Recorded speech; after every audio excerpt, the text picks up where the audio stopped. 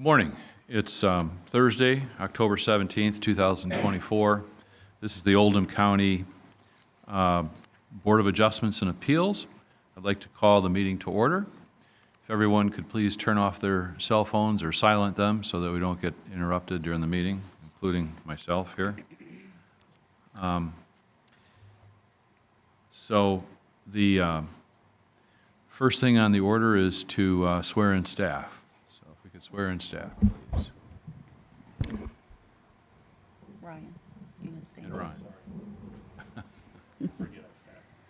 Do you solemnly swear to tell the truth, the whole truth, and nothing but the truth? Okay. So the process here, and I don't have it in front of me. I'm not the normal chairman. I'm filling in, so bear with me if there's some missteps here. So the applicant will. We will have a person from staff present the applicant's application, what it's about, and then we'll have the applicant give their testimony. They'll be sworn in, and then after that, we'll have people who may oppose the application, and then there will be time for a rebuttal on both sides, and then we'll have close the floor for discussion. The board will talk about it and vote on the application. Okay? So, are there any other things I missed? We want to welcome our new member. Oh, I do need to welcome David Gray is our, welcome David. Nice to meet you. Is our new member, and so there's all kinds of new things going on here. Okay, so the first item is OC 24046. It's an application filed requesting a variance of a front yard setback for a proposed single-family residential dwelling located at 3015 Heather Green Boulevard. Now, Barry, where that was tabled last time, do we have to make a motion to take that off the table? Mr. Chairman, someone should make a motion to remove that from the table and just need I'll make a motion to remove that from the table. Okay, motion to remove it from the table. Any discussion about that? just a second and a voice vote, sir. Oh, second. Discussion? All in favor? Aye. Opposed? Motion carries. It's unanimous. Go ahead. Anna Bard, Senior Planner. So today we're going to discuss 3015 Heather Green Boulevard here in LaGrange, a front yard setback variance. So an application has been filed requesting a variance of a front yard setback for a proposed single-family residential dwelling on a property located at 3015 Heather Green Boulevard in LaGrange. This is a zoned R2 residential. It's an undeveloped lot, and it's 0.3278 acres. There's no previous site history. It was posted to the website on September 22nd, and then notices were mailed on September 30th, and then the public notice appeared in the Oldham Era on October 10th. So the lot in question is outlined in red there. And then all the zoning of the lot and the surrounding areas is R2 residential. So for R2 zoning, the minimum front yard setback is 35 feet, as you can see there on the right, highlighted in yellow. So the applicant is requesting a front yard setback variance for this proposed house at 3015 Heather Green Boulevard. Due to the irregular shape of the lot and the curve of the front property line, the builders cannot meet the setback restrictions for this lot 44 HG. In R2, the required front yard setback is 35 feet, like I mentioned in the last slide. They're requesting the front yard setback be 25 feet, which is 10 feet beyond the required setback for R2. So this is their proposed orientation of the lot with the proposed house, and you can see the setback in it. If allowed to proceed, the builder will construct a home to conform with the architectural designs of the neighborhood, and the home will have 3 bedrooms and 2 bathrooms. And this is just the design, the proposed designs of the house. So this is the exterior. And then this is the basement and garage. And then the interior of the main floor. And so this is Google Street View of the perspective of the lot. And this is from that road that dead ends kind of in front of the lot. So in summary, the variance requested is that 10 feet front yard variance. The potential conditions of approval is that the variance shall only apply to the application considered at the October 17th, 2024 Oldham County Board of Adjustments public hearing. Also wanted to read a letter from the neighbor behind them that this was affecting. And so they couldn't be here today, so I wanted to read that letter.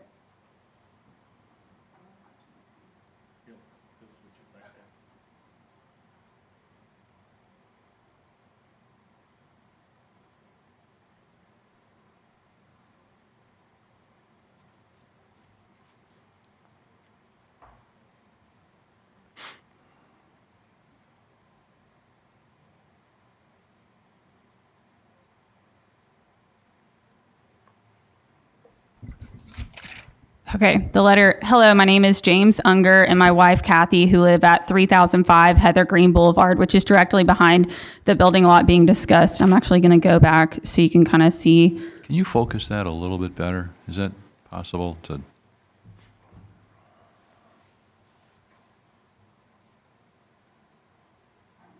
Maybe move the lid or the top thing up or down?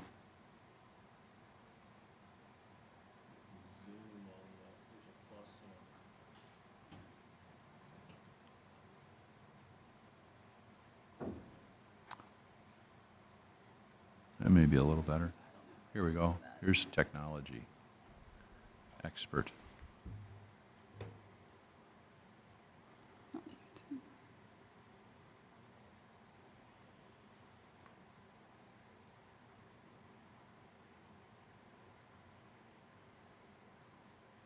There. That's good. Awesome. Thank you. Thank you, Jay. We have lived in Heather Green for over 17 years and have planted many small trees and shrubs to make our property as private as possible. It's one of the smaller lots in Heather Green at 0.31 acres. We like to sit and enjoy the outdoors on our deck and under our backyard pergola. Sorry, hard word. In August, when Mr. Perkins began excavating the empty lot, we were surprised at how close to our backyard the foundation was going to be. We asked that the construction be halted until we could understand what was going on. We were very concerned about how this could impact our home value and with the loss of privacy. We contacted Jim Urban and Ryan Fisher and were told the building permit was granted based on the interpretation that my backyard line was the side yard of the new house and therefore could be placed much closer than the normal 25-foot backyard setback. We definitely would not make that same interpretation, as visually it appears that this was indeed the rear of the proposed house.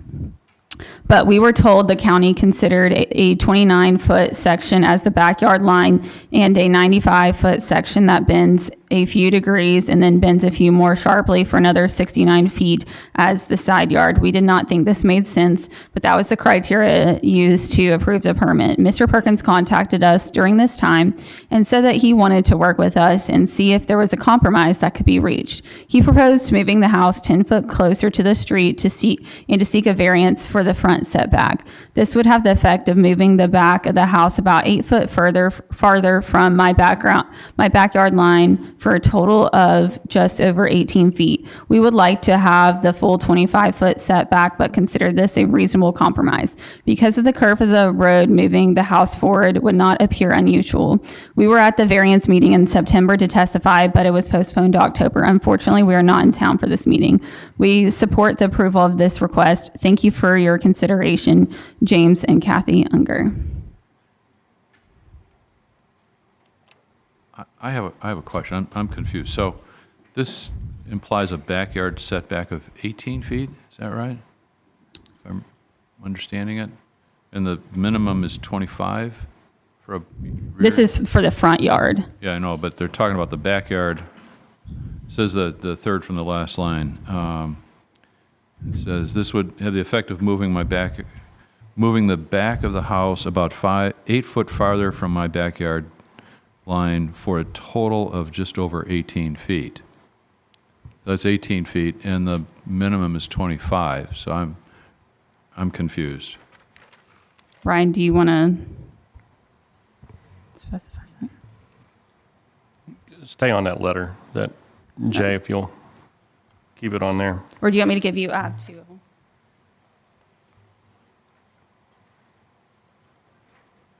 Let me see how he words this. So how this got started, because this is an irregular shaped lot. So when Mr. Perkins had originally come in, how we were going to interpret what the side yard and the rear yard is on this lot made it very close to that rear yard setback, closer to Mr. Unger's house. So how he's wording this last line, kind of said he wanted to work with us. He proposed moving the house 10 foot closer to the street. So he's Right. moving the house closer to the street, that's the moving it 25. away from Mr. Unger's Right. property line, which is why he's here asking for the setback variance in the front. This would have the effect of moving the back of the house about 8 foot farther. So yeah, so he's just using, it's a little confusing how it's written, but he's just saying he's happy with it because it's moving it, it's not Right. right on top of him. So It says that it's 18 feet, though. Is that protect? And I think that's what is on the picture, but we can also let them specify in their presentation. yeah, This. we can maybe let him talk about that Okay. in his testimony to the applicant. Yeah, it may just be an error in the letter, so, Yeah. yeah. Okay. Yeah, and we'll let them when it's their All chance. right. Or do Okay. y'all have any questions for me? That was the only question I had. Thank you. Does anyone else have any questions? Any opposition? No, this Okay. was the only public Okay. impact we received. Okay. I'll leave it on this so that you can go back and reference that. Thank you. Thank you, members of the board. I'm Cliff Ashburn with Dinsmore and Shoal. My address is 101 South 5th Street, Suite 2500, Louisville 40202. I'm here on behalf of Pleasance Mason Group, as the owner of the property, and Mason Construction, who's the applicant here. I think to clarify your question, Member Furco, if you'll look at the plan here, the small line that's noted as about 29 feet long was interpreted at the time the building permit was sought as the backyard line. The longer line, which is the Unger's line, that 95 foot, was a side yard, and it's just based on the shape of the lot. That I think is how we got here, and that's how the Furcos. I'm sorry, not the Furcos, the Ungers. I apologize.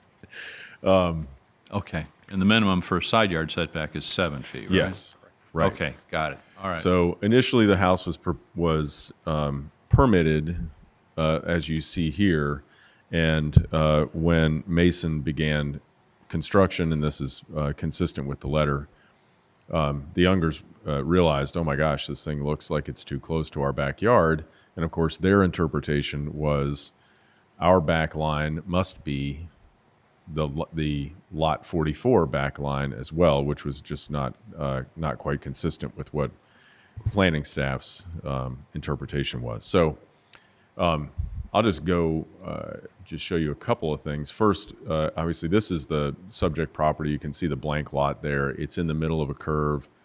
One other thing I just want to point out, I mean, why do we have setbacks? We have setbacks in the most extreme examples when we need light and air. The next thing you want to contemplate is utility placement and things like that. Moving this building 10 feet closer to the street is not going to have any impact on that. And because it's in this curved area, there really isn't that consistent streetscape that you might have in a more grid fashion neighborhood where, you can stand on the street, look straight down the sidewalk, and you would notice if you saw dramatic variations in the front yards. So this is the subject property. I'm going to guess that that's Mr. Unger there, probably looking out at it.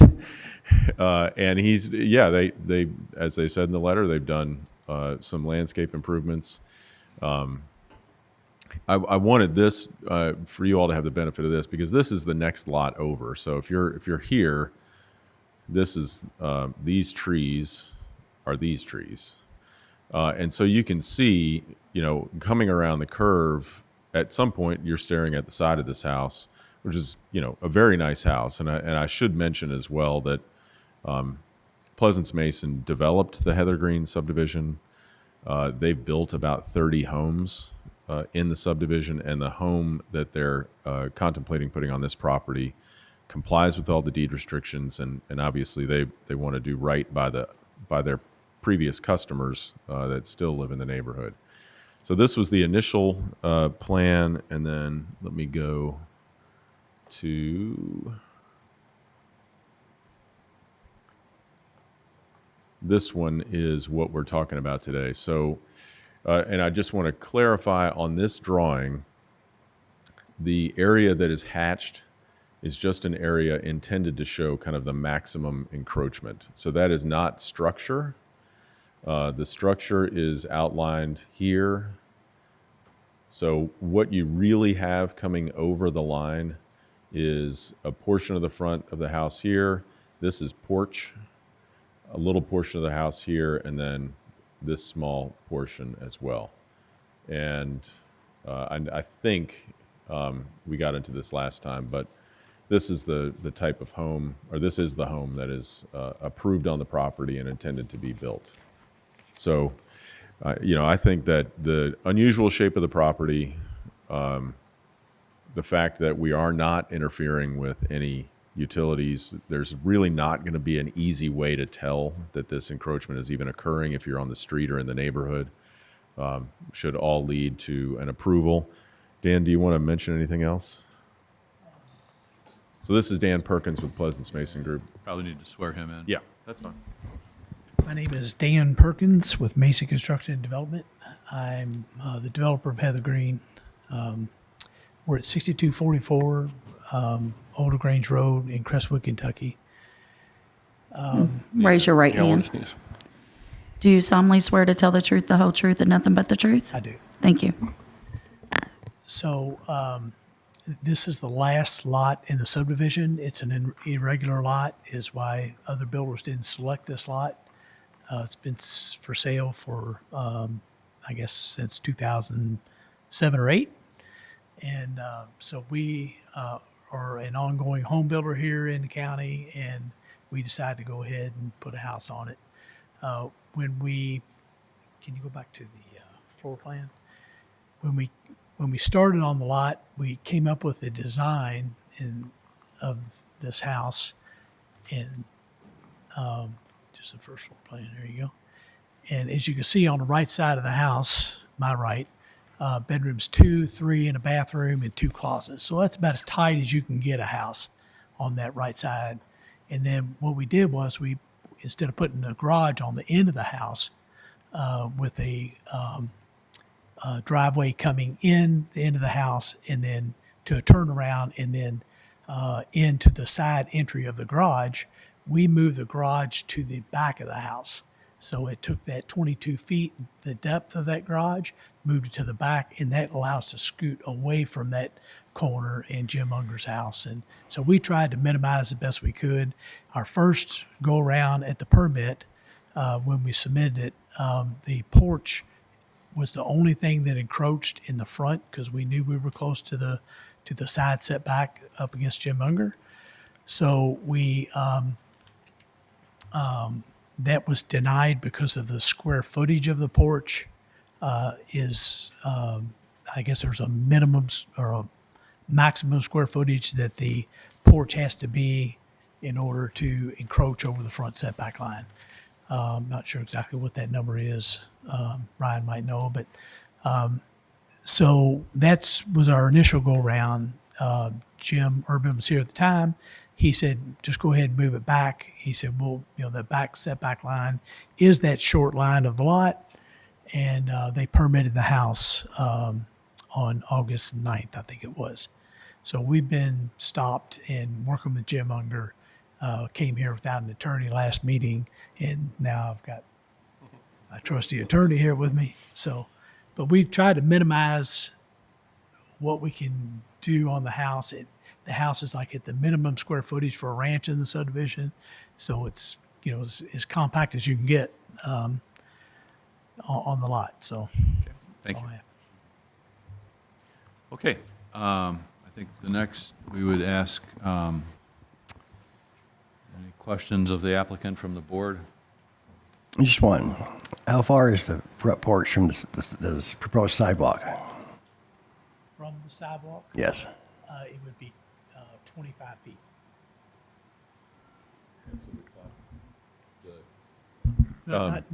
Yeah, from the inside of the sidewalk, which is the property line.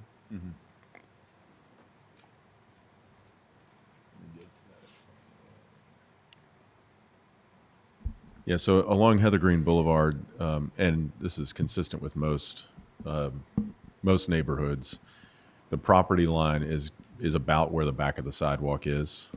So it would, as Dan said, it'd be about 25 feet from the tip of the porch to the back of the sidewalk.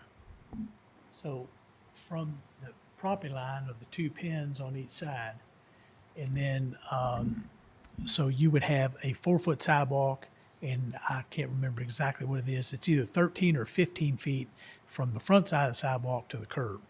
So there's even more green space between the curbs. So it would be 15, it'd be like 20 feet additional from the property line.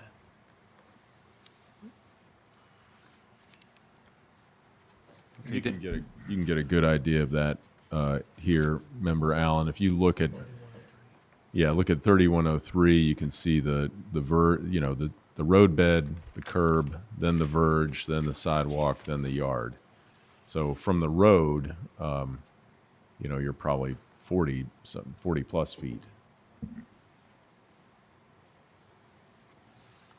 Dan, I have just a comment that it would be helpful if your architect, I don't know, who is the architect here? Eric Hawks. Yeah, well, if when we do an application like this, to essentially stage it. So my son just is selling a house, took all the furniture out, and the realtor staged the house with his furniture. It's like, oh, you have some nice new furniture, okay? So it basically superimposes in the house, and you could do it on the lot, what it would look like if that house is built and how it would look. Yeah. And presumably the architect could do, or the realtor could do it for sure if you have a realtor. Yeah. But that would be helpful for something like this. So, Yeah. Yeah. So, I don't think he has Yeah. that program. That's a special program. It's kind of architectural. yeah. Yeah. So, good enough. Yeah, thanks. Okay, is there anybody in here that wants to testify in favor or opposed to the application? Hearing none? Okay, I will close the floor then for testimony or discussion, and open discussion from the board. My only problem is it's going to look close to the road from the road. Right.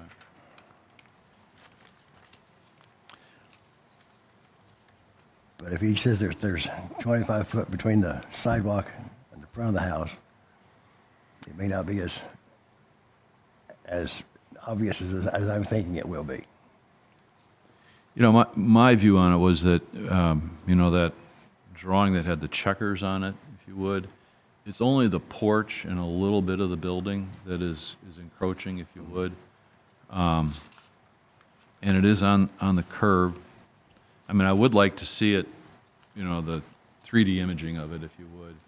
But I don't know, I think because of the weird shape of the lot and to accommodate the neighbor in the back, or whatever we call it, side back, I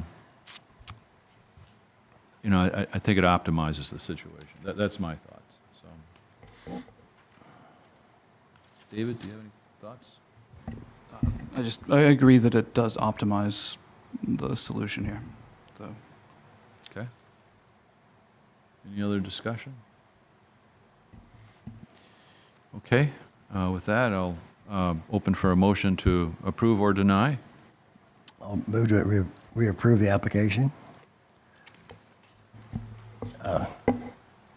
because it will not adversely affect the public health, safety, or welfare and will not alter the essential character of the general vicinity, will not cause hazard or nuisance to the public. It will not allow unreasonable circumvention or requirements of the zoning regulations.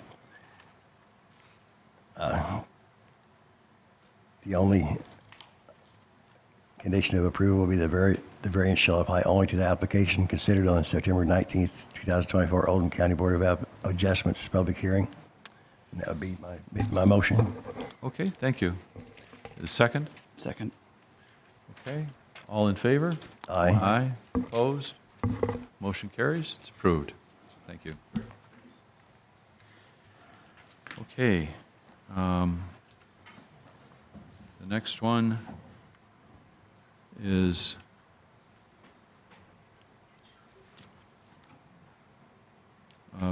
application, it's OC 24053. Is that the next one? Application to requesting a front road variance, a road frontage variance for the lot located at 1815 Dawkins Road in LaGrange. Brian? All right. I'm so fast. I got from there to here. Ryan Fisher, Director with Oldham County Planning. So before you today, we have a road frontage variance for 1815 Dawkins Road in LaGrange. That property actually has 3 different zonings on it, and you'll see here in a second. Really, we're going to be looking at the house in question is actually in the AG1 zoning area, but we actually have 3 different zoning classifications that run through the extent of this property. The 2.59 acres is simply the acreage of the house that they're parceling off. You'll see this is a much larger parcel of land, but that'll be the parcel that they're platting off in order to ask for this road frontage variance. So currently this use is used as residential and also agricultural purposes. There's no site history on the property to note. Case history, we did post this to our website on the 27th of September. We sent out our adjoining property owner notices on the 3rd of October, and the public notice appeared in the Oldham Era on the 10th. So here is the property in question, Dawkins Road and Bennett Lane, where it forks. Where I always have to remember which way I've got to go when I'm going down that direction. It sits right on the right-hand side on a very large parcel of property. Here is your zoning map showing the house in question that we're going to be looking at is right in this general area here. So you can see that that's going to be completely in the AG1 zoning area, but we also have our conservation zoning district as well, and then R2 as we get out closer to Dawkins Road. So the applicant's proposing to create a new 2.59 acre tract, which will be known as Tract 2 on the existing 294 acreage site that's located at 1815 Dawkins Road. I'll let them go into detail on what they're looking at, but that was the primary residence on the farm, and they're wanting to split that off, and I'll let them talk about why they want to do that and go down that road. And in creating that new lot, the original Tract 1, so the large parcel of farmland, becomes a 292 acre tract, which will be known as Tract 1. Here's the plat. This was included in your staff packet showing the existing residence right up here highlighted in blue. So you can see that's Tract 2. 2.59 acres, and then that residual tract being the rest of the farmland will be 292 acres if and when this plat is approved based on the outcome of this road frontage variance. So in agricultural zoned areas, there's a minimum road frontage. And 2.5 acres is the threshold for those. So anything greater than 2.5 acres requires 300 feet of road frontage. Anything less than 250 or 2.5 acres only requires 150. So that lot is 2.59 acres. So they're required to have 300 feet of road frontage. Because the way they're splitting this lot off, obviously they don't have any road frontage. So that's why they're asking for that variance here today. So the newly created 2.59 acre tract has no road frontage on the public road. Therefore, they're requesting a 300-foot road frontage variance. Tract 2 will utilize a proposed 60-foot access and utility easement. That's noted on that plat that you provide, or that you were provided, and they'll be required to have a shared maintenance and access agreement at the time of minor plat recording. That has also already been provided. I think I included that in your staff packet. But I've slept a few times since I made that, so if it's not in there, I apologize. But they have already provided that to staff, and that'll be required when we go to plat with that. So in summary, the road frontage variance for that newly created 2.59 acre tract, they're asking for 300 feet on that variance. Potential conditions of approval: the road frontage variance shall only apply to the plan considered here today, the October 17th, 2024 Oldham County Board of Adjustments public hearing. Minor plat application and survey must be submitted to staff for review and approval prior to the issuance of any building permits. And then a shared road maintenance agreement shall be prepared and agreed upon by all parties affected and recorded with the minor plat. With that, I think that covers everything. Brian, is it possible to require that the easement, the variance easement, road, driveway, be at least 300 feet long?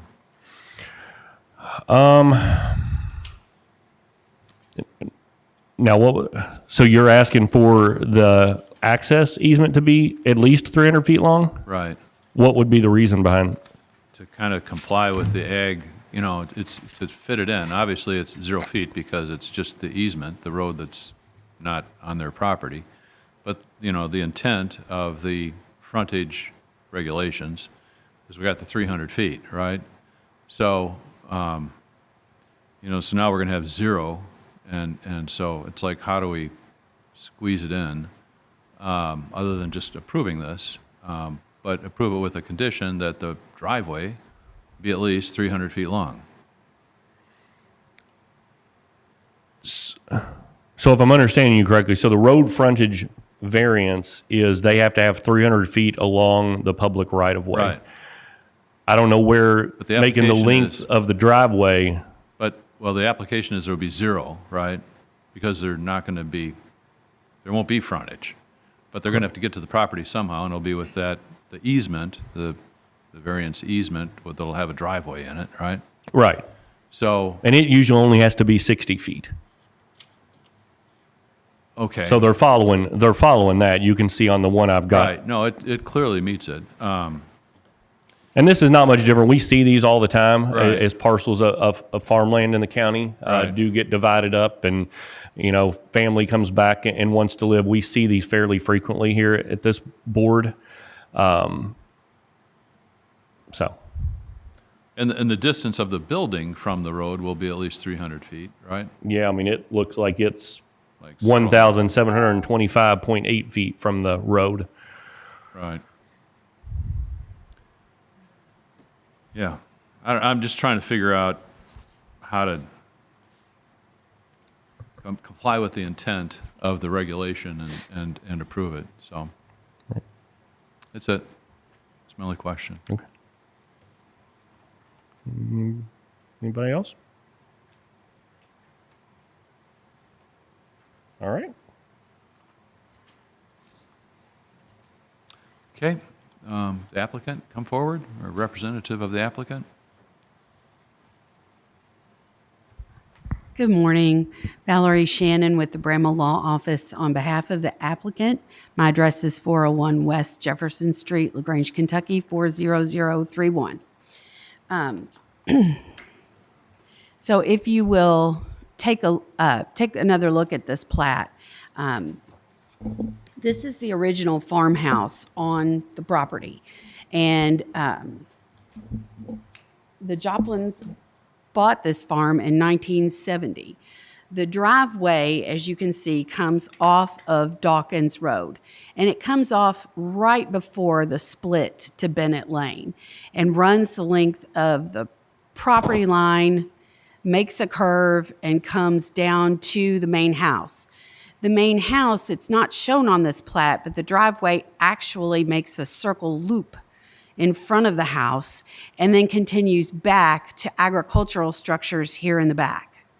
The intent of asking for this variance is to allow the family farm to continue as a contiguous family farm without dividing up here. This front half of this tract is their major crop field for this particular farm. Behind it is pasture land. So this has always been used as the primary field for crop production. The family wants to keep this property in the family and wants to allow different heirs of the family to take tracts of the property. Here you have Wayne and Susie, who are with me today. They're the original owners of the property. This is their daughter, Anne, and her husband, Paul, who have tracted off a piece of property here. In order to have the road frontage that would be required, the 300 feet, we would have to be tracting off here for new construction. Or if there were a requirement that we have road frontage, we would have to bring 300 feet of frontage through the main crop field, through the conservation district or conservation zoning that you looked at, out to Dawkins Road, right before it splits to Bennett Lane. So the sight distance here is you come up Dawkins, you come up a slight rise, and then you go down Bennett to the big hill, what we refer to as LaFans Hill. I'm not sure that it's called that anymore, but that's what we always referred to it as, or the curve here behind Kentucky State Reformatory. So there's already an existing home on the property approximately here that tenants live in and have always lived in. I myself had the pleasure of living there as a graduate from college the first time.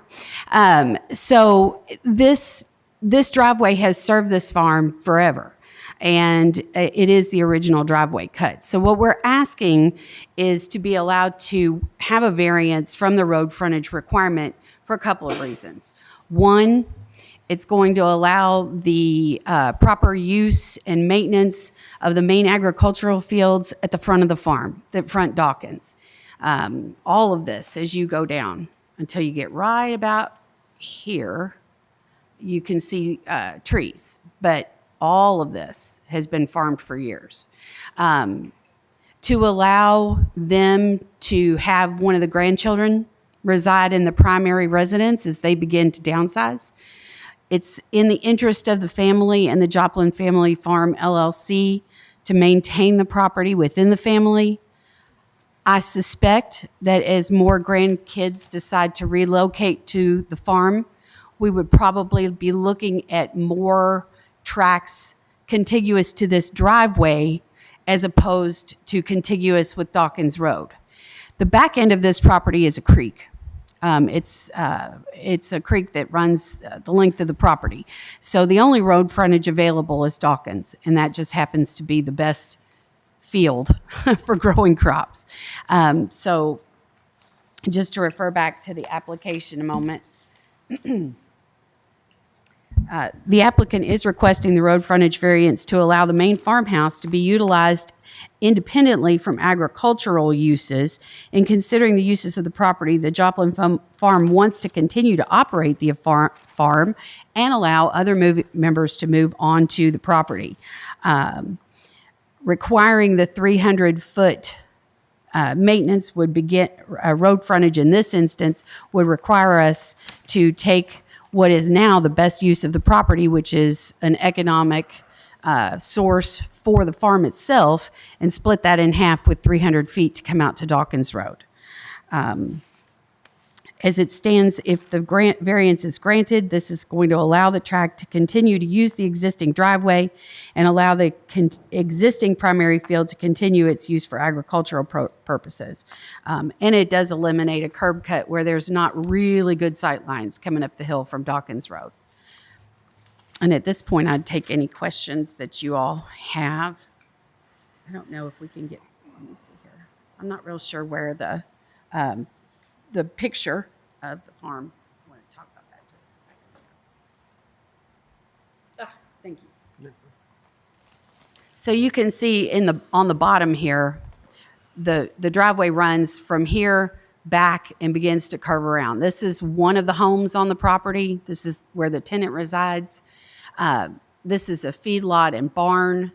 And then you come back here to the main home and the agricultural buildings. This has all been farmed, time out of mind. So if we're required to come this way, we're cutting right through the conservation district, through these woods, and right at the point where Bennett and Dawkins begin to split. So we would just ask that we are granted some relief and a variance. The back of the property, as you can see, is creek. This drive goes across to the other parcel that's owned by Joplin Family Farm, and eventually comes out to Finley Mill. So it's crossing the creek here and going all the way out to Finley Mill is not really a very good option. This is an agricultural road. Tractors go down there. So passenger cars, not so much. I guess I'm not even sure why you need the variance. I mean, it's a long ways from the road. It is a long ways from the road, but it requires that we have a 300-foot road frontage if we're going to plat this tract off. And so, this road most likely at some point will have other houses on it, other tracks on it, and may extend back to here. I'm not real sure, but all this back here is pasture land. So as it stands right now, to pull 300 feet from here, you're going to end up cutting through the best field on that particular parcel. And so we're just asking to have that variance waived. So since time out of mind when this home was built, we can continue to use the driveway as the main access. This may be a question for the planning office, if that's okay to ask. Oh, it is on. Yeah, it's just quiet. Okay, so is there a number of houses that can be supported by an easement of this type? So there's a couple rules to note. One is you can only create 2 new lots through the minor plat process every 5 years. Okay. So if you look at the parent parcel being the entire farm, we always kind of call them children. So you can have 2 children every 5 years without having to go through another process, which takes it into major subdivision and all that good stuff. You're allowed to have 3 parcels that take access off of an access easement without going before the planning commission asking for a waiver from that rule. So by the rule, you're allowed 3 parcels to come in off of that proposed access easement that they have. And so this would be 2 in this case for 1815, 1813. Well, it would actually just be the one right now. Well, 2. I mean, the farm is going to take access off of it as well. I don't think they take access from any other place. So right now there's 2. Okay. And are there different sizes? It sounds like they do want to support a larger number in the future. Is there a different size that should be considered at this point? The lots just have to be at least an acre. Okay. But I mean, once again, they've got, property down along the roadway here is zoned R2. Yeah. So R2 zoning doesn't require road frontage. The residential zoning district, so this is where it gets a little confusing. The residential zoning districts just require minimum lot width, and that's at the building limit line. So wherever you're going to place the building, if it has to have 150-foot lot width, you have to have 150 feet at the front line of that building. The agricultural and the conservation zoning, which you normally see out in the rural parts of the county, those are the ones that have the road frontage requirement. So that's why they're asking for that variance. And just to note too, just because I know we have some new people on the board, so when they come to the office to do the actual minor plat process, so they're asking for the road frontage variance from you all today. If that's approved, they'll have to come to our office to get the minor plat approval. That gets sent out to all the agencies within the county, utility companies, KYTC, our county engineer looks at it, we look at it, fire departments, sewer, health department, they will all make comments on that minor plat that if there's any issues they have with it, we don't approve the minor plat, but we give them a week to respond, and that's how that process works, just for knowledge. Cool. So, thank you.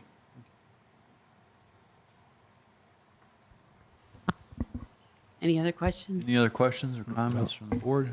Okay, Thank you. thank you. Anybody in attendance that wants to speak in favor of the application? Anybody in attendance that wants to speak opposed to the application? Close the floor for discussion then. Discussion among the board. I see no problem. Pardon me? I see no problem. That's You do? You said you see no problem? no problem. No problem, okay. Anything? No concerns. Okay. Yeah. Is there a motion then in favor or opposed? I move to approve the variance on the application because it will not adversely affect the public health, safety, or welfare. It will alter the essential character or general vicinity. It will not cause a hazard or nuisance to the public. It will not allow an unreasonable circumvention of the requirements of the zoning regulations. It is requested variance arises of special circumstances that do not generally apply on land that generally vicinity of the same zone. The restrictions or the condition of approval, the road frontage variance shall only apply to the application considered at the October 17th, 2024 Oldham County Board of Adjustments public hearing. The minor plat application and survey must be submitted to staff for review and approval prior to the issuance of the building permits. A shared road maintenance agreement shall be prepared and agreed upon by all parties affected and recorded with the minor plat. That is my motion. Okay, thank you. Is there a second? Second. Okay, all in favor? Aye. Aye. Opposed? Motion carries. Thank you all. Thank you. Next one is OC 24054.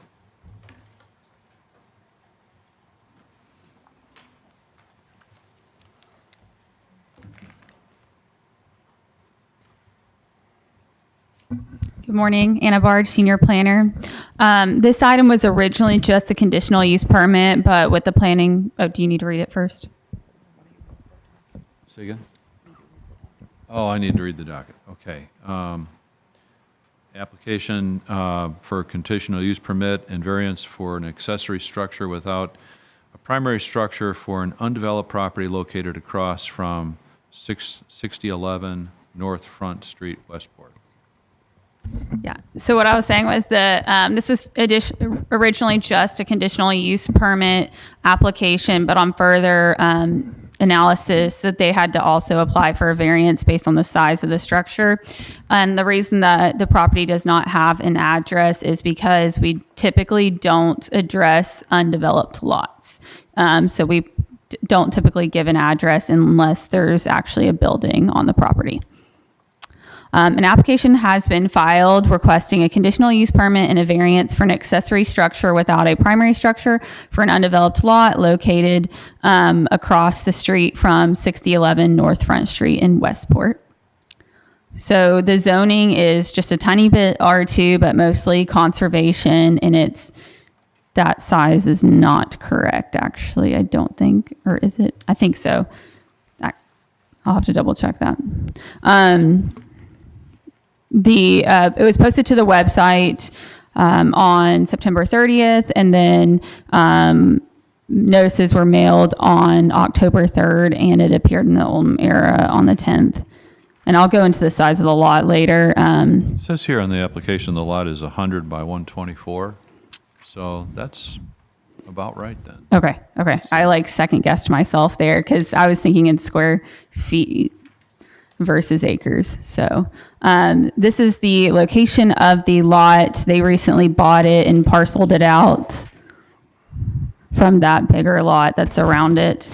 It's that 18-18A-01-7, and it's part of that bigger, it was originally part of that bigger lot that's hard to see the number on because of the coloring. So as you can see, just like a slither of it in the back is R2. That goes on West Highway 524, but it's primarily conservation because if you look to the far left side of the picture, that top left corner is the Ohio River. So the lot was purchased in December 2020 and is undeveloped. The applicant would like to create a pole barn to store boats. The applicant owns the land directly across the street from the parcel being considered. There will be no living space in the barn. because the parcel will not have a primary residence, that's why the applicant is requesting a conditional use permit. Usually you have to have a primary residence before constructing a pole barn, but this lot, they do not plan on ever putting a primary residence on it, so that's why they're having to ask for a conditional use permit. So the allowed sizes for accessory structures are based on the size of the parcel. So the size of the parcel is 12,197 square feet, and this allows for a total maximum floor area of the accessory structure of 800 square feet. So this is going to kind of sound more complicated than it is, but the applicant is requesting a variance on the size of the pole barn. The requested variance is for 1,200, and that's supposed to be 1,200, not 12,000. 1,200 square feet, a 50% increase in the size, or a 400 square foot variance request. And then other than the conditional use permit and the variance, the applicant meets the remaining regulations listed in section 250.030. So this is in our ordinances here, that if the size of the parcel is equal or less than 20,000 square feet, the total maximum floor area of accessory structures is limited to 800 square feet. And so they're requesting the 1,200. And typically this is based off of, because there's going to be a primary residence on that lot. And so that's where how they developed this, but there will not be a primary residence on this lot. So this was the plat provided by us. There's that North Front Street is a gravel road, and then 524 is there at the bottom of the screen. And these are the site photos that were provided by the applicant. And then I did a Google Street View as well. So you're kind of looking down 524 with the lot there on the left in that wooded area. And then you're kind of looking straight at the lot area. And then this is the entrance to North Front Street. It's just a gravel road. And these are the dimensions that they provided to us of where the approximately where the pole barn would go, and the dimensions of it if approved at this meeting. And then for the conditional use permit, the applicant's requesting a conditional use permit to allow the construction of an accessory building on a lot across from 611 North Front Street, Westport, without a primary structure. And if this is approved, they'll work with our GIS to get an address for that pole barn. So is North Front Street the gravel road? Yes. Okay. Yes. And that other gravel road here on the left on the screen was put in by a private resident that lives back there. That's not technically a road. And the potential conditions for the conditional use permit shall only apply to the plan considered at the October 17th, 2024 Oldham County Board of Adjustments. And then I have an additional condition on the variance one as well, but I also wanted to consider adding no commercial use of the pole barn. If y'all would like to add that as a condition of approval, that's up to the board. What about a setback from the gravel road? Is that implied somewhere? I don't know what that would, I know there's setbacks for houses, but what about for a pole barn where there's no house? How does that work? So they've got to, so you can see there in the special provisions on E, they have to adhere to the street side yard setbacks, but then the rear and side setbacks, it only has to be 5 feet away from the property line. Right. And that's the standard for accessory structures. So for the variance, the applicant is requesting a maximum floor area variance to allow the construction of an accessory structure to be greater than the 800 square feet allowed on properties less than or equal to 20,000 square feet. And then, so for the first item for potential conditions, I have the maximum square footage variance shall only apply to the plan considered at today's October October 17th, 2024, Oldham County Board of Adjustments public hearing. And then the second one is the applicant must obtain floodplain permits through the Kentucky Division of Water and Oldham County Engineer's Office. And our county engineer is here if you have any questions or if he wants to provide any input on it. Okay, so he's just here for questions if anyone has any questions. So if you have questions for me or for our county engineer, I am ready for those. So is it acceptable to, if they put it 5 yards or 5 yards from? 5 feet from the. 5 feet from the road? Is that going to be acceptable? I would defer to Ryan because it's kind of unique in the sense of it's in between two roads. So, because their front road would be you want to speak on this? Just for clarity, of course, 524 is a state highway north. I'm sorry, I do need to be sworn in, yes. Do you solemnly swear to tell the truth, the whole truth, and nothing but the truth? I do. Thank you. Jim Silliman, County Engineer. The North Front Street's actually not a county-maintained road. Right. It's just for It's a understanding. gravel road. right. Correct. It's Yeah. You'll get a chance, yeah. Well, let's, kinda- Did you want Ryan to answer that question? yeah. No, I mean, it's a little strange on whether or not we'd consider the front setback being the 524 side or the front street side. But I mean, either way, it would have to comply, whatever we would consider the front of that, it would have to be 50 feet off of that road. 50 feet is in CO1 is that front setback. But other than that, the rear and the sides can be 5 feet away because it's an accessory structure. And that would go with the building permit process. All of that would be reviewed. Okay, so regulations would. Yes, yes. I would also note on the conditional use permit, I would probably put a condition of approval in there as well that there shall be no living space, which Yes. they haven't said that there's living space, but that changes the entire game as Yes. far as setbacks and things. So I would make that a condition of approval as well. Okay. Thank you. That's helpful. Good, thank you, Ryan. Okay, testimony from the applicant? Do we need an attorney here? I forget what the rules are. No. Carl Morella. Raise your right hand. Do you solemnly swear to tell the truth, the whole truth, and nothing but the truth? Yes, ma'am. Thank you. On this, we intended, You get an address? I'm sorry, we need name and address. what? Your name and your address, please. 12604 Taylorsville Road, Fisherville, Kentucky. It's, okay.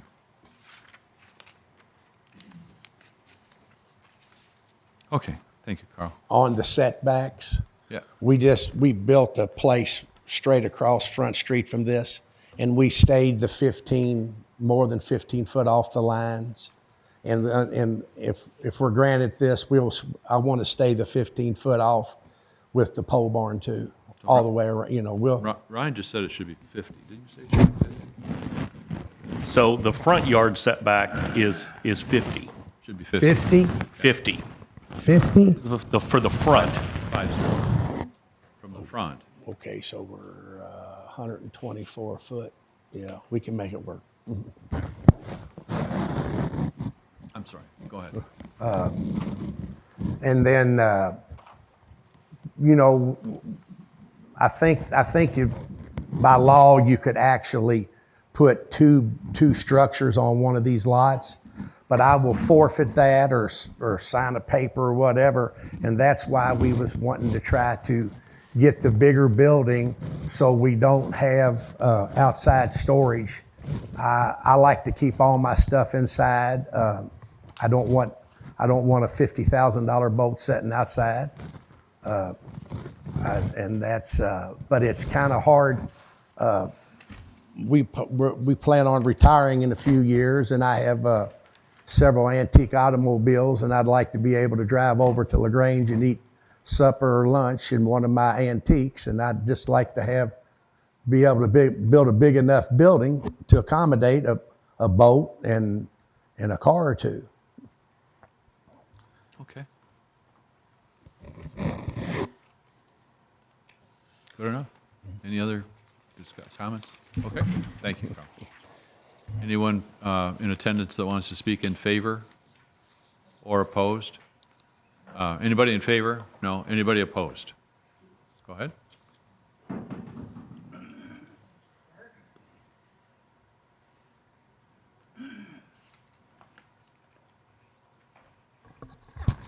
You coming? Sorry.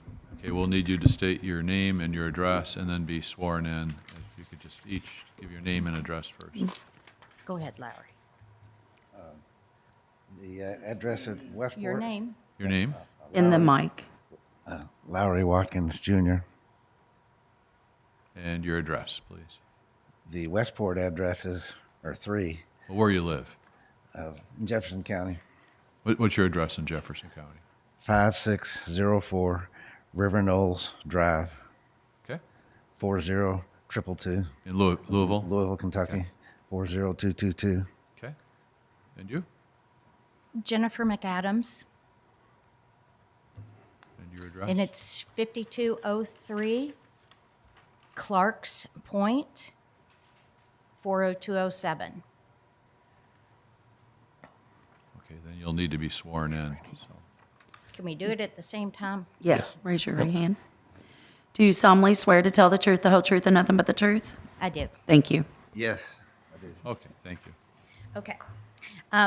I did not know that I was going to be speaking this morning, and I'm not exactly a great public speaker, so please bear with me a little bit. My name is Jennifer McAdams. My mother and myself own 5901 West Highway 524, which is 2 lots north of Hang on a second. Can we get the picture up so we can kind of visualize that? Oh, that would be fantastic. That's my lack of public speaking right there. There. Is that the best? Yeah. That's probably the good one. I can also pull up Google Maps if you'd prefer to see where that is. That would be great. Oh, wait, Yeah. we don't have internet. Never mind, I forgot. All We right. don't have internet access Okay. on this computer. So roughly, can you just point on this picture It's at the very top. Oh, at the top? Okay. yes, sir. It's at the very top. We own about a little under 8 acres. And next to us is Mr. Lowry. And then comes this new property, Mr. Murillo's property. And So are you on the side? Can you use the mouse? There should be like a computer mouse somewhere Sure. there. Okay. So this is our property, I All right. believe. I'm not sure if this is, yes. Okay. No, I take that back, because this is Front Street right here. Right. Okay, so this is Mr. Lowry's property. Okay. Our property is just north of Mr. Lowry's property, which is way up here. Okay. So you're on the other side, on the other side of Front Street. Yes, sir. Okay. Yes, sir. So Mr. Murillo began construction on his property about 2 years ago. First of all, I want to be clear, we have no objection to him building on his property. That's really not an issue for any of us. It's how he has built his property. And 2 years ago, within this last 2 years, he's brought in well over 40 60-yard triaxles, dumps trucks worth of dirt. And what he has done is he has built his property up in a water swale. Can I ask you, so you're talking about, apparently he has 2 properties there, right? One's across from the other? Lowry, do you know, is that your main A-frame house? Yes. Okay, so Mr. Lowry owns, where's my mouse? He owns this property. This is your second property, correct? Yes. And this is your third property, correct? Yes. Okay. Okay, so Mr. Murillo's property starts right, Right there, yes. sir. 6011, Yes, 6011. and then the red one across from that. And then the red one, I keep So losing the dirt that he mouse. brought in is at which property has he put it on? Right, and I believe he has, since this rendering, I believe he has built a road probably right along Okay. Probably right that way. So the dirt was brought into, in the one in the red? Well, it's been put literally from the river to the road. Oh, that's the river right there on the other side of The 5? river is right here. Oh, that's the river there. Yes, Okay. sir.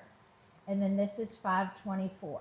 Okay. And he has brought in well over 40, 60-yard dump trucks, huge triaxle trucks of dirt, and used it in his building permit. I believe he was given a building permit. He wasn't given permission to bring in dirt. And everyone that has lived down this 524, we are all fully aware of the fact that this is a water swale, and water naturally runs from north. I'm having trouble with this mouse here. Naturally runs north to south down this way, and then into a culvert which dumps into the river. Okay? Okay. The problem that we have, just to be specific about it, is that basically what he did was he put in a road that went through the water swale. What he did was he built the earth up approximately 13 to 14 inches with this red clay he's brought in, and basically caused a dam. So he put 13 to 14 inches of dirt in, then put a pipe down, then filled over top of that pipe and raised to the raised level of his driveway. At the time, my mother and Mr. Lowry tried to address the situation, and they said, you can't, what you're doing is you're damming up the water. And we've been in touch with Mr. Seligman, we've been in touch with many people. I've got an entire list of county and state officials that we've tried to discuss this with. But what it has caused is major flooding from this driveway, which is, I don't know, approximately right here, all the way up this property. And we are talking major flooding in that we've had to take down at least 20 trees due to root rot. Mr. Lowry's property is the front of his property, which, if you look, is right kind of here, is completely flooded. It's under a solid foot of water 9 months out of the year. Now, Mr. Lowry, which you cannot see on this map, has a pond on the other side. Oh. Just hit the back button. Where's the back button? One back. Oh, thank you. What you can't see up here is Mr. Lowry's pond, which is right there in that corner. And our property is on the other side of that pond. And when water flows north to south, it flows through our property into Mr. Lowry's pond, which has a pipe underneath Front Street that takes it through, which takes it from that pipe through to this property. The natural drainage swell is right there. The problem is that this driveway has caused massive flooding. But not only that, the pole barn that he wants to erect is kind of right there, if I'm correct, because that's where he brought dirt in, which, first of all, we've all been told you cannot bring dirt into river property and build up the property. If that was the case, I can guarantee you from this point on, every house would have been built up. But he has brought in a solid, 15 inches of dirt on a huge plat, which is right in this water swell.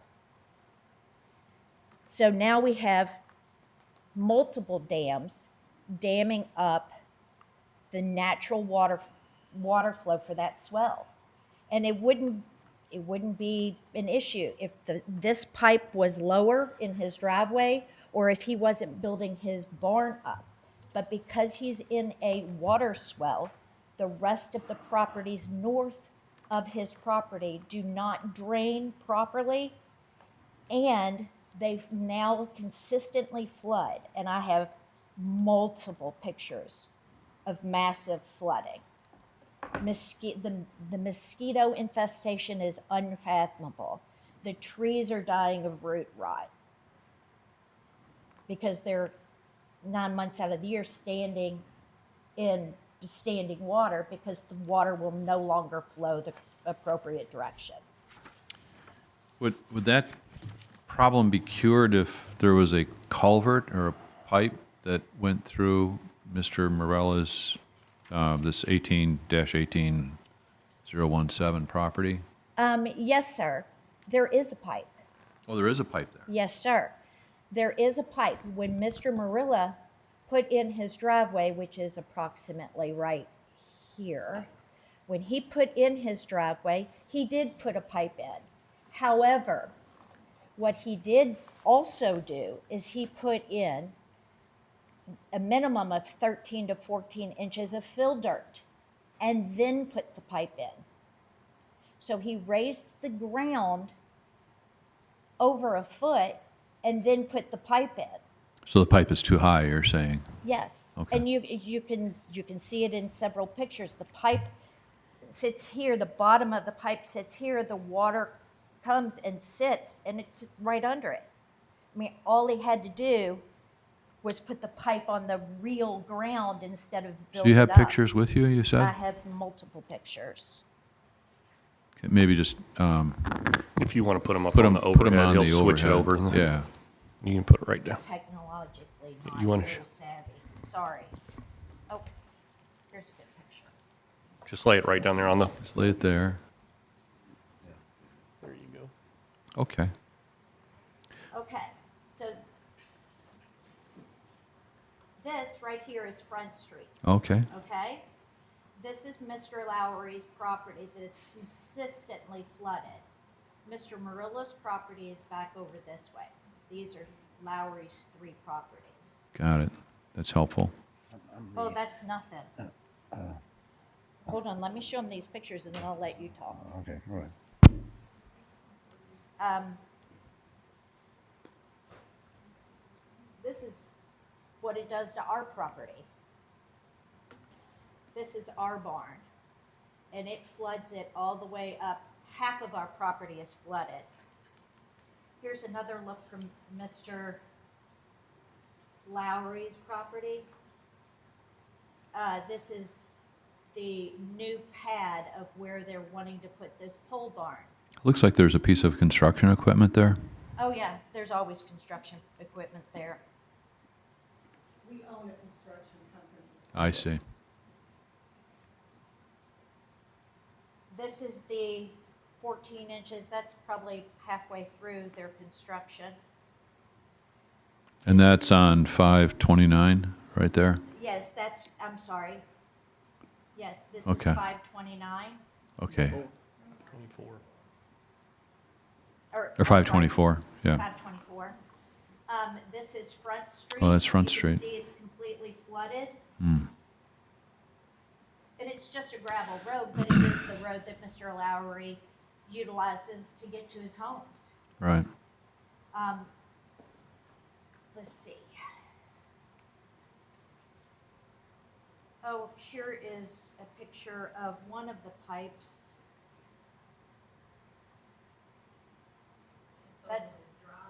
That's the driveway, and they put the pipe in, but they put it over all of this red clay. Hmm. At least 13, like I said, at least 13 inches. This is another picture of Mr. Lowry's property. Front Street. And Mr. Lowry's property is back here. This is the flooding that it has caused. And it's this way 9 months out of the year.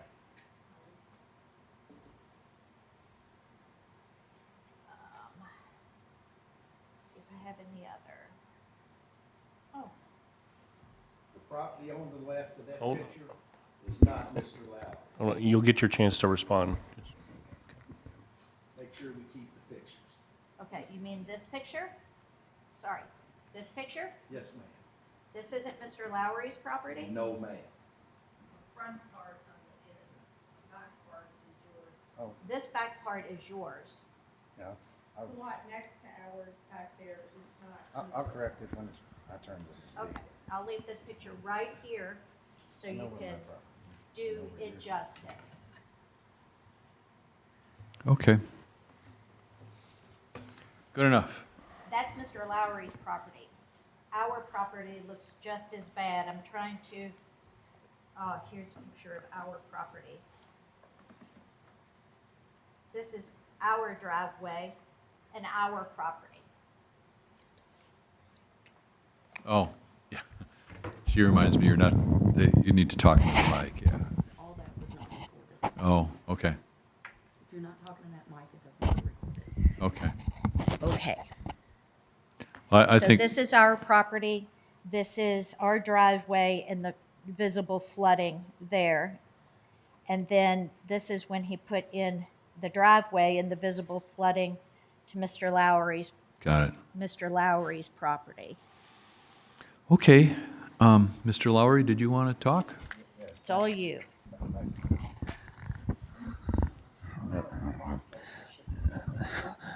Mr. All right, Watkins, sorry.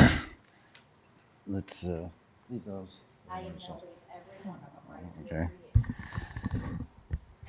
No, thank you. This, I'm on the river goes north and south right there. And the natural water flow is supposed to be from north to south down right below 524 on the riverside, which is the west side of 524. This, That's our house. yeah. The one you wanted is right here. That's right. That's what it's like a little swamp that's across Front Street from me. I'm to the what I own is on the riverside of Front Street. 6001, 6007, 6009 Front Street.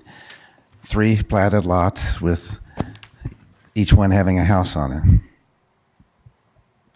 Okay. Do they flood? Do the properties at 6001, 7, and 9, do they ever flood? Yes, part of Front Street has been underwater, and my lot's on the riverside of Front Street. This is across from me. That's not my property on the highway side of Front Street, Right. which is the east side. But it's swampy, and there are mosquitoes in that swamp. But I don't appreciate water in my yards where my houses are, and part of Front Street, which I use to get to the second house and the third house and the first one, Front Street being underwater at times. And I think of what he did has Is Front affected- Street a private street, or is that a county? I always thought it was city No. street, It- Westport City Street. Yeah. Is it? I don't know. It's- As I mentioned earlier, it's not a county-maintained road, so it would be a private access. Private access road, okay. 2 times at my own expense, I've had rock. Ma'am, if you want to speak, you're going to have to come up here, okay?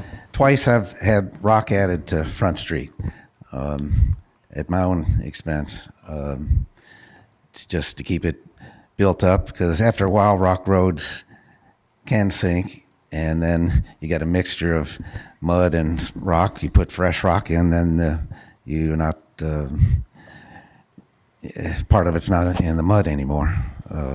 But I've had several truckloads of rock delivered 2 different times and dumped to help maintain Front Street.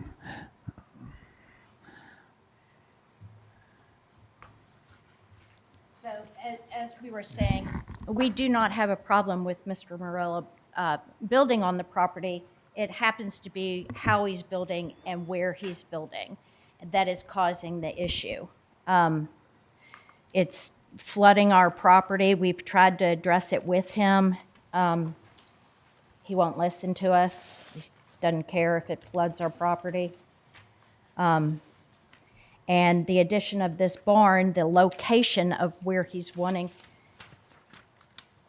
to put this barn is still on the swell, and he knows that. That's why he has brought in 15 inches of additional dirt to build it up so that he can put his barn on it. The problem is that's just going to cause further drainage. Out this way. There's no, it's just going to end up flooding even more of our property. So instead of a third of our property now being flooded, we're looking at losing half of our 7.5 acres, which just because of flooding. And we've owned this property, I will say, for well over 10 years. Our property has flooded with the river coming up before. As a matter of fact, all the way up to 524 has flooded. So our property has flooded naturally with the river previously. This is not natural river flooding. This has all started since that driveway was put in. Okay, thank you. Any other testimony in I favor? will leave you these pictures here. Opposed? Opposed. Testimony opposed? Okay. Did she want to do you want to testify or no?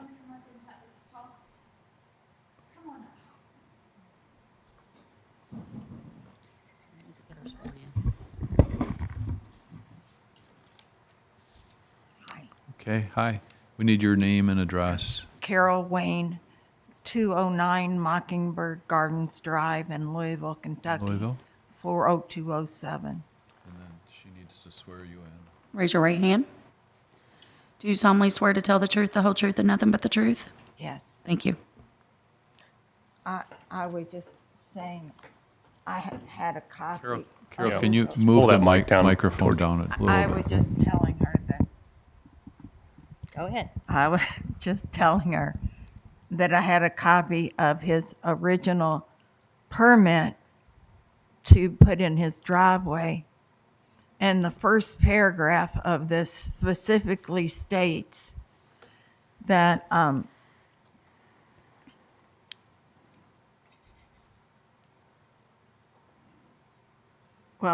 in accordance with KRS, etc., the Energy and Environment Cabinet approves the application dated March 4th, 2022 for installation of an 18-inch diameter by 60 long culvert and placement of an approximately 48-foot wide, 80-foot long driveway for a private residential driveway across a local drainage swell in the floodplain of the Ohio River with coordinates. It gives all the coordinates in Oldham County. So that property is in a floodplain, and the drainage swell goes through the front of the property. When I first bought my property, I walked it. The water flows down through his property, used to, all the way down, and then it went into a pipe that carried the water out to the Ohio River, and there was the exit. I saw the pipe coming out into the Ohio River. So the drainage swell was there, and the water used to move. But when he did the driveway first, he brought in, 13, 14, inches of dirt and planted grass seed, then put in his driveway, and the pipe is on top of that. And so the reason the drainage swell stopped working is because the pipe under his driveway is 13 inches too high. And so now all of the water it doesn't go in the drainage swell. It just backs up on Lowry's property and my property. And the neighbor further down, but he built up his driveway or something. I don't. Carol, but which property do you own? 5901 West Highway 524. Carol is my mother, and we own the property through CJC Properties Okay. LLC. Got it. I understand. Okay, thank you. So I just wanted to show that it specifically states in this permit that it's in a drainage swell. So he had no right to bring dirt into a drainage swell. I mean, that's against the law. Okay, thank you, Carol. Thank you. Maybe would the county engineer be able to clarify how this all works? If you, Yeah, you'll get a Yeah, chance. Yeah, yeah. those will have to be submitted to the record, sir, Yeah. to Christie.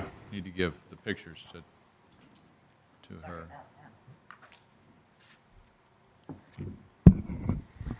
So originally in around March of 2022, when the permit that Ms. Wayne just referenced was provided by the Division of Water, Ms. Wayne had reached out to my office. Myself and my staff went down and investigated the question. At that time, Mr. Marilla had started construction on the driveway and installed the culvert pipe in question. So we investigated it, took GPS shots to see what the elevation and slope of the pipe was. Again, that's not survey grade, but it is to give us an idea of what's functioning. Reviewed the contours in the area, and one of the challenges is if you look at the contours, there's very little contour change. It's not a defined north to south swale going in that direction, but Mr. Marilla did install the culvert pipe, which was permitted by his entrance because it's on Kentucky Highway 524, was permitted at that time by the Kentucky Transportation Cabinet. We coordinated with him at that time, and he was issued a local floodplain permit. At the time, Jim Urban was the floodplain coordinator. I've taken over that position as the floodplain coordinator. So he was issued both the local floodplain permit as well as the Division of Water floodplain permit, which allowed him to build that driveway and install the pipe, which Ms. Wayne referenced. Our observations after that investigation indicated that, and we had to look at, where the tree roots and where the existing trees and vegetation was, it did not appear that the pipe was sitting above the flow line. Based on our investigation, and the Division of Water field inspector was there also with us, it appeared that the culvert pipe that was approved was built in the flow line. So we didn't see an issue there. Again, our observation is that just in general, the whole area is flat and causes that accumulation of water. So that was, again, the permitting of the driveway and the culvert pipe in March of 2022. More recently, the home that was constructed here on his opposite parcel, or opposite on North Front Street, that was permitted. It also received a Division of Water permit for construction in the floodplain, because the floodplain is, when we say floodplain, it's the 100-year flood hazard area, is roughly along 524 all the way to the river. So that whole area is in the 100-year flood hazard area. And as such, before any building is permitted, it has to, or allowed, it has to get these permits from the local agency, myself, and from the Kentucky Division of Water, in addition to the building permits that are issued locally. So that home was permitted in October, I think. Let's see. Yeah, October of 2023. Earlier this year, I received a call from Ms. McAdams. Is that correct? Yes. Okay, Ms. McAdams, concerned about the pad that was being constructed for a future barn.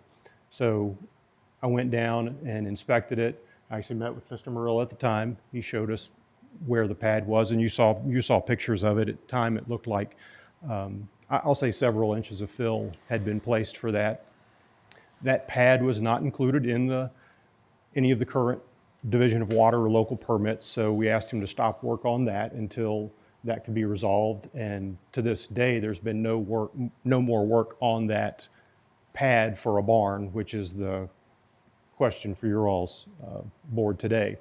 So at this time, or up to this time, that's where we determined that if this conditional use and the waivers were to be approved, there would still be the condition that a Division of Water and a local floodplain permit be reviewed and approved. So we should make that as a condition if we approve. That's what Anna Barge requested. Good. Thank you. You're welcome. And if you have any other questions, I'm here. Not right now. So next we need a rebuttal from Mr. Morello. First off, getting back to Mr. Hang on a second. We've got another person that. Yep. Go ahead. We need name and address and swear you in. Linda Morella, 16442 Taylorsville Road, Fisherville, Kentucky. Raise your right hand. Oh, sorry. Do you solemnly swear to tell the truth, the whole truth, and nothing but the truth? Yes. Thank you. We're Go ahead. married. Okay. Try to get closer to the mic. All this acquisitions and all this stuff that's being thrown at me today, they got the wrong Mr. Morella. The road and everything that was all put in, what they're all talking about, is not me. I don't own that property, and none of that was in my name. They better check the Morella name. That is. It is my godson So, and who owns the properties. he owns this. All where they're saying that's all been flooded out, they own nothing. No, Tino Morella owns all this property right here. Michael Tino. One person at a time, speak, not two at a time, Okay. please. Michael Tino owns all, Michael Tino Morella owns all this and this. We bought actually these He two owns this. lots from him. And we built a house here. And this is vacant. So the drive that was put in was put in under, it was all permitted and whatnot, but that was under Michael Tino Morella. Okay. So my question is, what does any of this have to do with me building a pole barn? All right. I'm sitting here getting attacked for nothing that I had to do, and them talking about the dirt that was put in. Ask them if we didn't have to excavate dirt when I built the place, the 1,700 square foot house that I just finished, that I have his card, Mr. James G. Silliman, who works for these departments, came up, spent quite a bit of time on a Friday afternoon seeing why I was done. I asked him, I said, does everything look good, Mr. Silliman? He said, yes, everything looks good. We don't see how. He said, if you would, I would appreciate if you stopped work right now, as I did. But as far as it was going out, I hauled 14 loads of dirt out when I built that place, and I hauled 14 loads of dirt back in. So let me clarify. So the road that they're talking about where the culvert was put in, culvert pipe was put in, that was put in by your relative? Is that right? My godson. Your godson? None of this was done by Carl Morella. I performed the work. Is That it- road right there, that road you're seeing, that was that was put in through by my godson. Okay. It was permitted. in his Permitted, name. all inspected and everything. Okay.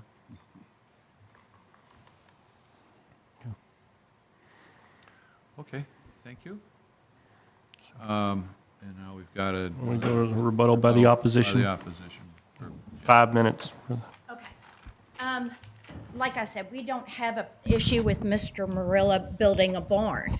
What we have an issue with is him building up the property and causing additional flooding to our property. That barn and that barn site and what he was asked to stop working on is in the water swell. There is no doubt about it. It is right in the water swell. So if you dam up the front part of the property up towards 524 and then put a barn in towards the back part of the property, you have essentially built a dam all the way across your property, doing nothing but flooding the properties north. I hope that makes sense. It is in a drainage swell where water runs freely and has for decades and no longer does. And that's right. And I do want to say one other thing. I want to know how you all came out and decided that that pipe was in an accurate place. Was it just eyeballing it? Did you use any kind of tools or any kind of measurement? You told me you used the ruler and the pipe was We- 1 inch above the ground. Again, based on our inspection, it appeared to be in an appropriate location to allow flow through. We actually came out with GPS equipment. Again, that's not survey grade, but it gives pretty accurate results to be able to determine the slope of the pipe to make sure it functioned.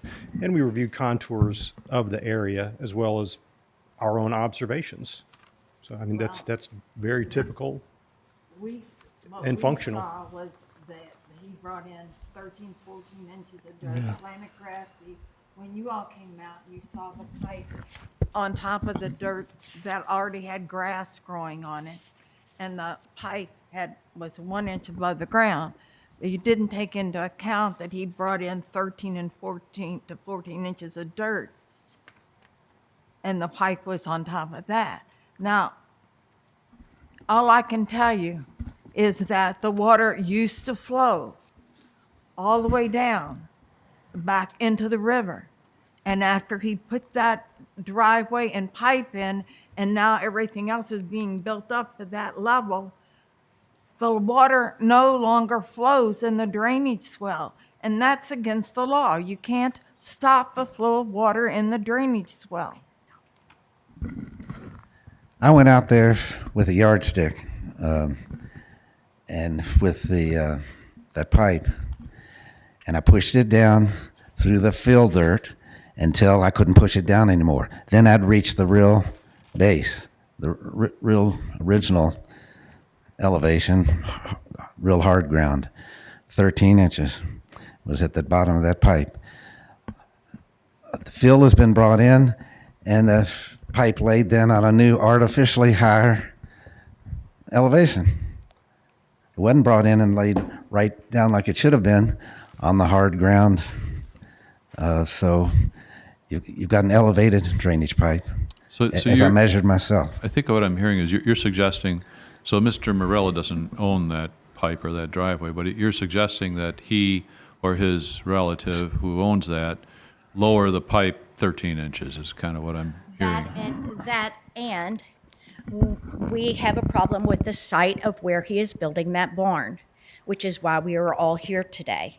We have a problem with it because he has built the ground up, 15 inches or so. Everybody, I've got multiple pictures of it. He's built that ground up, and that is in a drainage swell.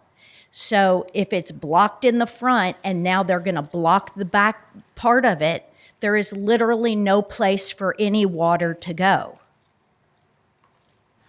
Got it.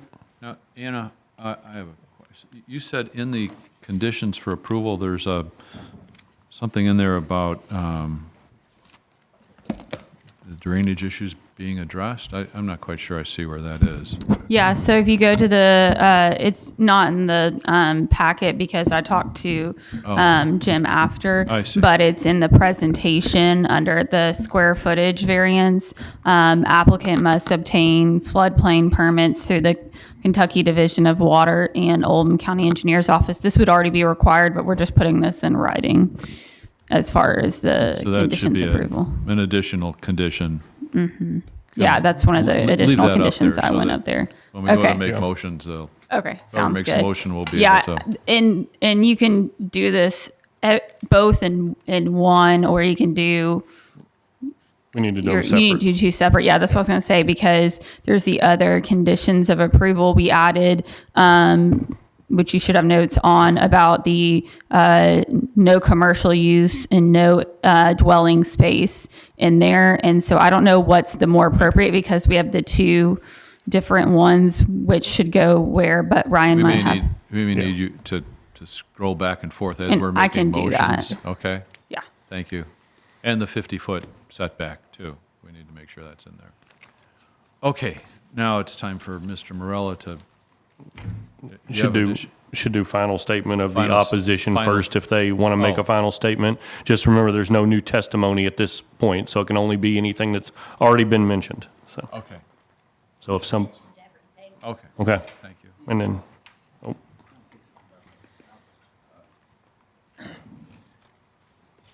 The house that the Mrs. Wayne owns now, that had been built by somebody, a previous owner, is up in the air, elevated. The newest house is elevated right next to my third lot, 6009 Front Street.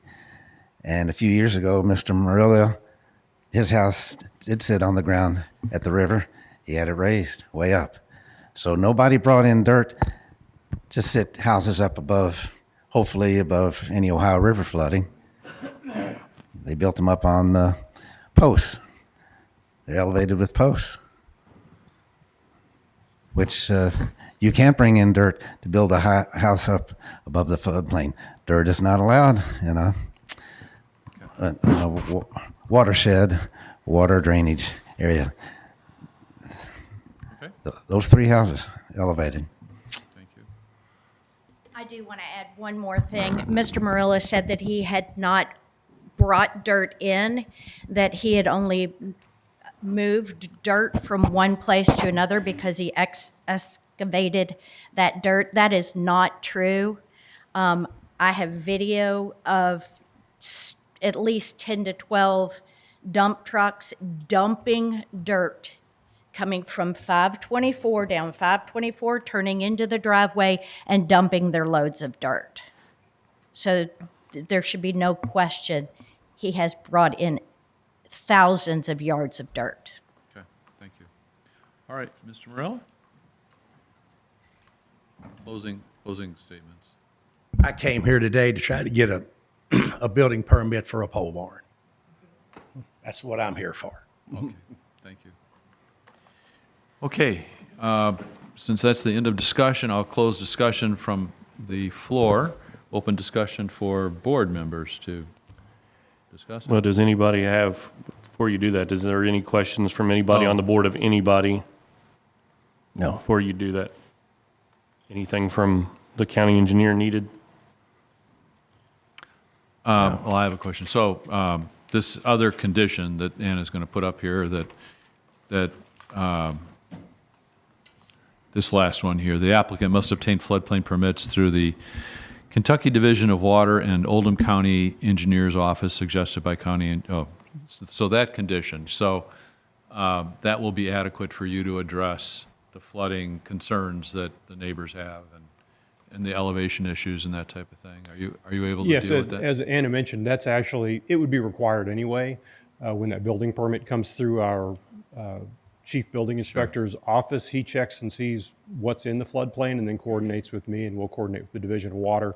The point here is just understanding or recognizing that there were questions about this. We wanted Sure. to And you understand memorialize the contention that his relative, I forget, nephew or godchild, whatever it was, raised the elevation of the bottom of the pipe 13 inches higher than it naturally was before. Well, again, that's not what I observed. Right, no, that's the contention, right? That's correct. But will you be able to go back in and verify? And also recognize that, as Mr. Marilla stated, there are multiple relatives under Right. the name Marilla.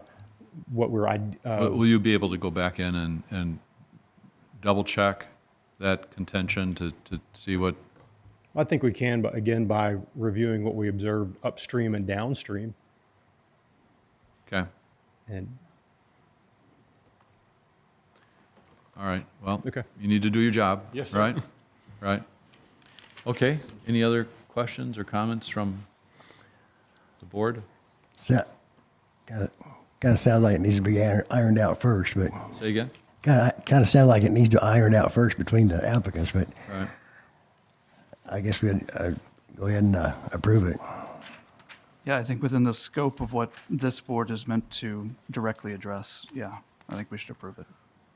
Well, personally, I'm these two conditions here, along with no commercial use and the 50-foot setback. I'm relying on the Kentucky Division of Water and the Oldham County Office of Engineering Office to do their job. Okay, and if there's an issue where the pipe that was put in by his nephew or relative was higher than it should have been, they need to address that issue. I mean, that's a separate, almost a separate issue.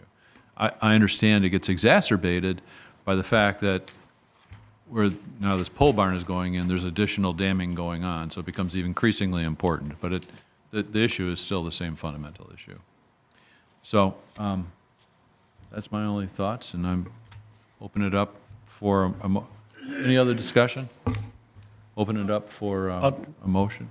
As I was going to say, there's a lot of moving parts here. So the first, we're going to have two separate motions here. So the first one we'll take is the conditional use permit, which Anna has put up on the screen. And in addition, there'll be two other conditions of approval with that. So as always, you've got motions to either approve or deny in your staff packet based off the evidence and testimony that's been presented here before you today. So this is to allow an accessory structure to be built without a primary structure on the property.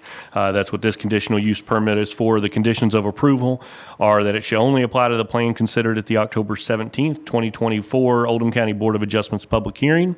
There shall be no living space within the accessory structure, and there shall be no commercial use of the accessory structure as well. So that's what this motion would be for. So we'll entertain that one. 50-foot setback?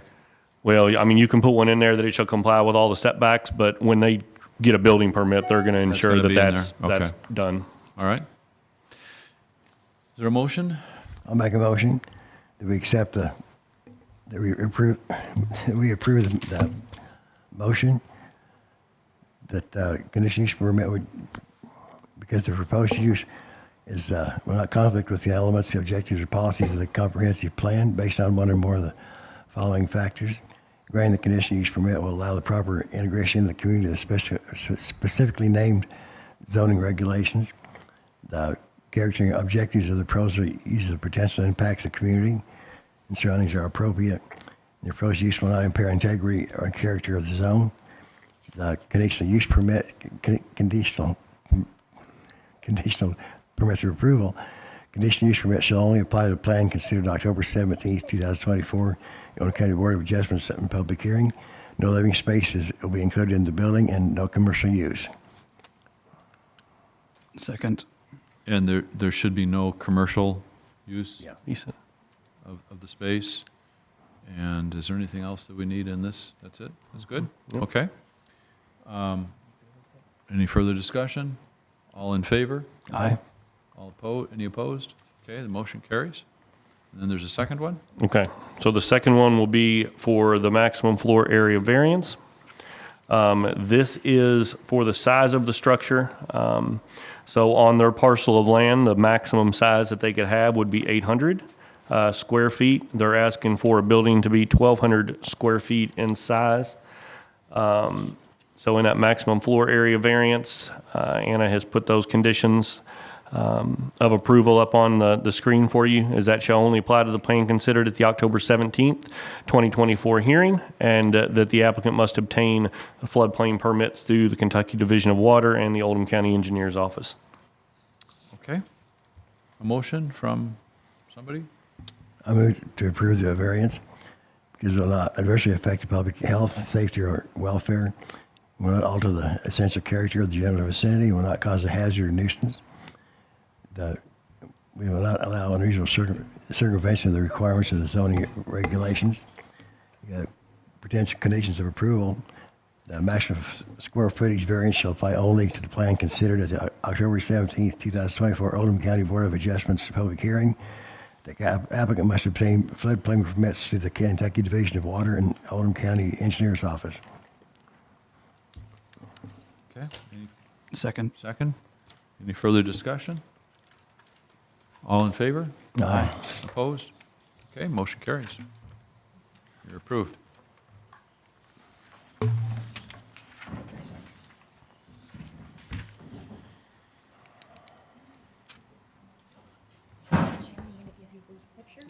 Yeah, Christy, the pictures. Yeah.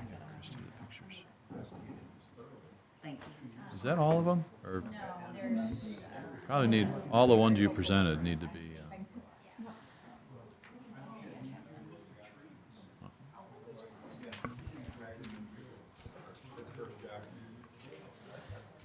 So you understand we're relying on the We engineers. have one more case, so if, I understand that. And we don't have.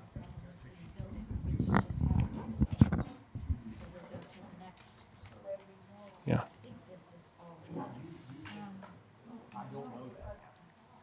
Okay. We have one more Thank you. case, so if y'all could step out of the room to talk, please. All right, last one. OC 24-55, an application filed requesting a variance of a rear yard setback for a proposed covered deck on a property located at 7002 Walton Way in Crestwood. Anna Barge, Senior Planner again. Like you said, this is at 7002 Walton Way in Crestwood. So an application has been filed for a variance of a rear yard setback for a proposed covered deck on this property. So it's zoned R2 as well as all the surrounding areas, and it's 0.5467 acres. There's no site history. For the case history, the agenda was posted to the planning website on September 27th, and then adjoining property notices were mailed out on the September 30th, and then the public notice appeared in the Oldham Era on October 10th. So the lot in question is outlined in red.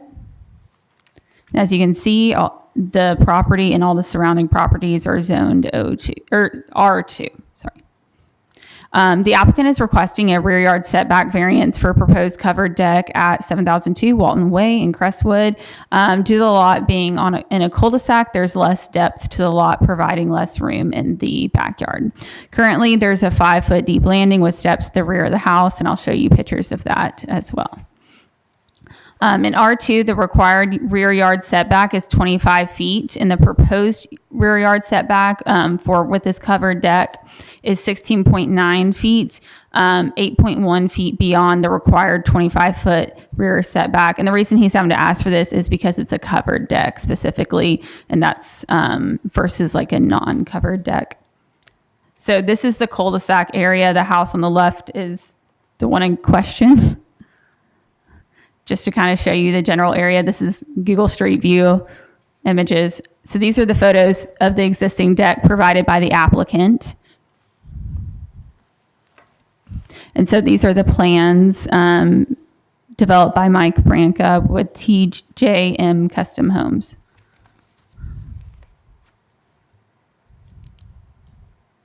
And then this is where the covered deck would be on the lot. And then this is in our regulations, the 25-foot setback. So it's required 25 feet and the requested is 16.9. So the variance requested would actually be 8.1 feet. And then the potential conditions of approval, the variance shall only apply to the plan considered at the October 21st. That is the wrong date, right? 17th. Today's the 17th. Yeah. So I can actually edit that as we speak, or y'all can edit that in the actual potential conditions of approval. Right. Guess I'm getting tired of talking. Oldham County Board of Adjustments public hearing. So do note that date is not correct. Today's date is the 17th, not the 21st. So, and that is all of the presentation. I have a question. So Yeah. is the proposed covered deck larger than the existing Yes. uncovered deck? Yes. So if you look at this, as I stated earlier, the current deck is only 5 feet deep when you walk out. So it's uncovered. And then they're going to cover it. And then you'll see on this right here how it goes 16.9 feet from the rear yard. So like on their lot, they don't have much of a backyard with it being in a cul-de-sac. Did your office receive any opposition or support? No, we did not receive any public feedback. Neighbors were notified? Yes, neighbors are always notified.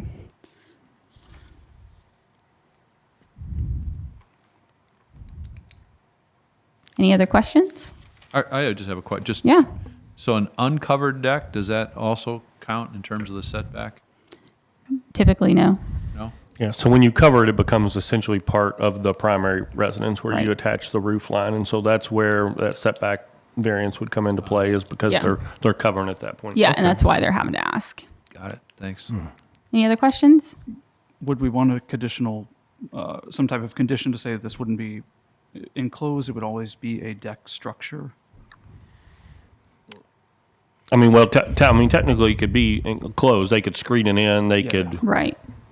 But I guess. I mean, if that's it's what just it's the gonna be. variance of. Yeah. Okay. That's of how. that, they could.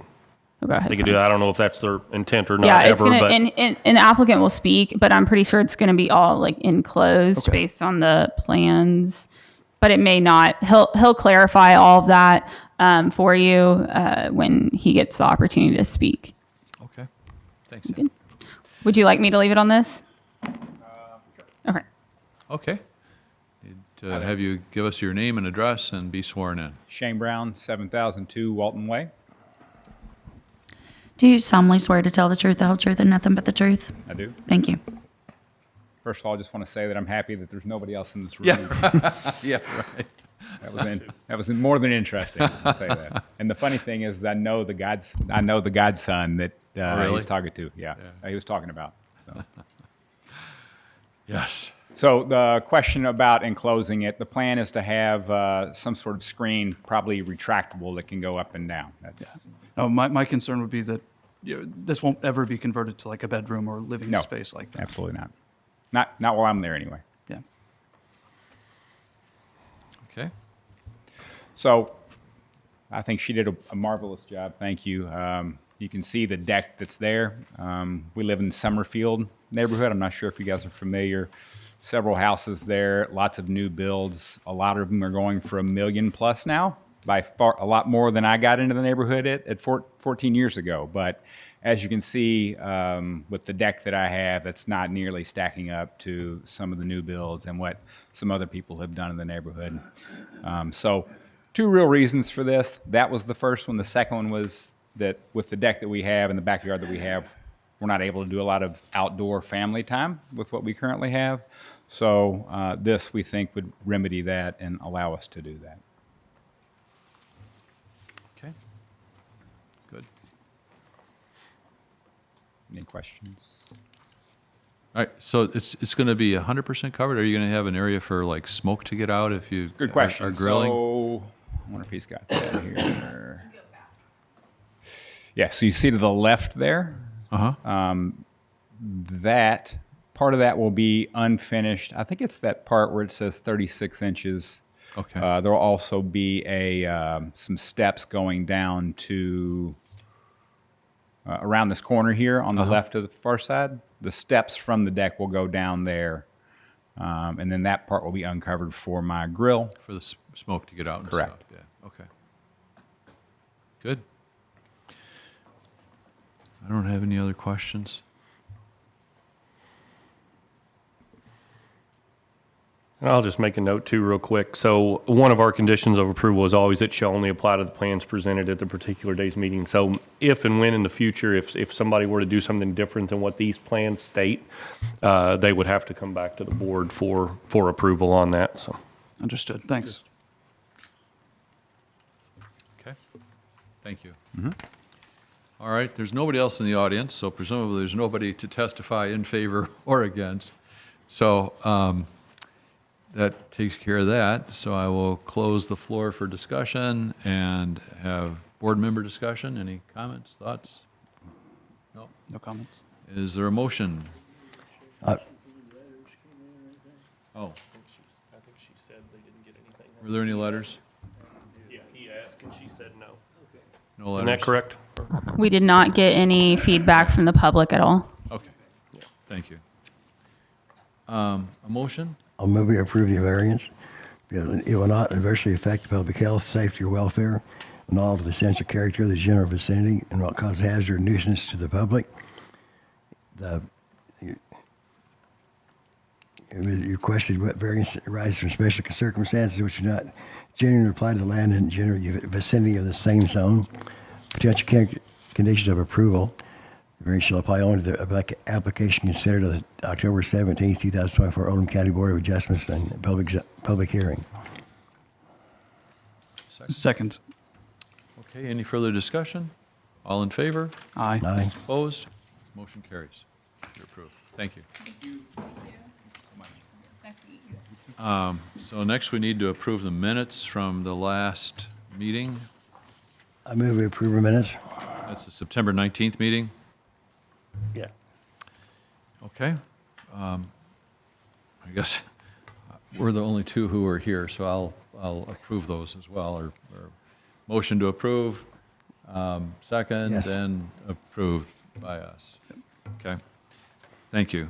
Any other things we need to cover? Our filing deadline isn't until later, well, middle of next week, but I believe we do already have one application.